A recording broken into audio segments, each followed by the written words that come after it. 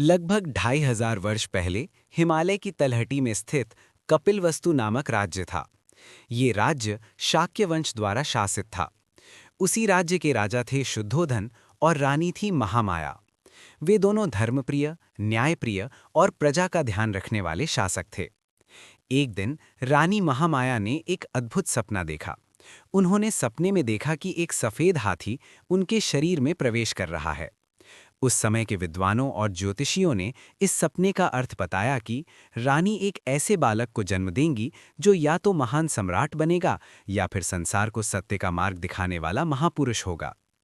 कुछ समय बाद वैशाख पूर्णिमा के दिन लुम्बिनी वन में रानी महामाया ने एक पुत्र को जन्म दिया। बालक का नाम रखा गया सिद्धार्थ। कहा जाता है कि जन्म लेते ही सिद्धार्थ ने चारों दिशाओं की ओर देखा और शांति का संदेश दिया। पूरा राज्य आनंद से भर गया।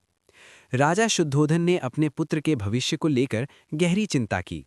वे नहीं चाहते थे कि सिद्धार्थ संसार का त्याग करें, इसलिए उन्होंने निश्चय किया कि पुत्र को हर प्रकार के सुख, सुविधा और आनंद में रखा जाएगा, ताकि उसके मन में कभी भी दुख या वैराग्य का विचार न आए। सिद्धार्थ का बचपन महल में बीता। उन्हें सुंदर वस्त्र, स्वादिष्ट भोजन, संगीत, नृत्य और खेल की कोई कमी नहीं थी। श्रेष्ठ गुरुओं द्वारा उन्हें शिक्षा दी गई। उन्होंने शास्त्र, राजनीति, युद्ध कला और ज्ञान के अनेक विषय सीखे। वे बुद्धिमान, शांत और करुण स्वभाव के बालक थे। युवावस्था में सिद्धार्थ का विवाह यशोधरा से हुआ। कुछ वर्षों बाद उनके पुत्र राहुल का जन्म हुआ। बाहरी रूप से उनका जीवन पूर्ण और सुखमय था, लेकिन उनके मन में एक अनजानी बेचैनी थी। वे अक्सर सोचते थे कि क्या यही जीवन का सत्य है? क्या मनुष्य का जीवन केवल सुख और भोग तक सीमित है?